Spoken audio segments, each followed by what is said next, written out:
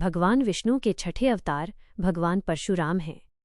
उन्हें अक्षय माना जाता है, यानी वे अजर अमर हैं और आज भी पृथ्वी पर निवास करते हैं। परशुराम अवतार के बारे में मुख्य जानकारी इस प्रकार है। 1. जन्म और परिवार। माता पिता। उनका जन्म महर्षि जमदग्नि और माता रेणुका के घर हुआ था। नाम। उनका मूल नाम राम था, लेकिन भगवान शिव द्वारा दिए गए शस्त्र परशु फरसा को धारण करने के कारण वे परशुराम कहलाए। 2. ब्राह्मण और क्षत्रिय गुणों का मेल।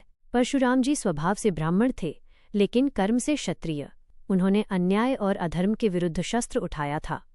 वे शस्त्र विद्या के सबसे बड़े गुरु माने जाते हैं, जिन्होंने भीष्म, द्रोणाचार्य और कर्ण जैसे महान योद्धाओं को शिक्षा दी थी। 3. हैहय वंश और सहस्रार्जुन का अंत।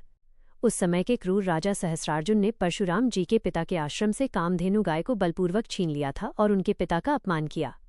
इसके प्रतिशोध और पृथ्वी को अत्याचारी राजाओं से मुक्त करने के लिए परशुराम जी ने सहस्रार्जुन का वध किया और 21 बार पृथ्वी को अधर्मी क्षत्रियों से विहीन कर दिया। 4. पितृभक्ति का अनूठा उदाहरण। पुराणों के अनुसार अपने पिता की आज्ञा का पालन करने के लिए उन्होंने कठोर निर्णय लेने में भी संकोच नहीं किया।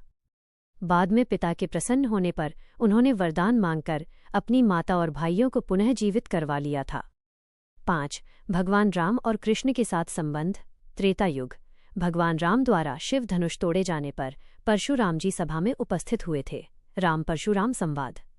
द्वापर युग। उन्होंने भगवान श्री कृष्ण को सुदर्शन चक्र प्रदान करने में भूमिका निभाई थी। इस अवतार की सीख। अन्याय का विरोध। शक्ति का प्रयोग हमेशा धर्म और सत्य की रक्षा के लिए करना चाहिए। विद्या और शस्त्र।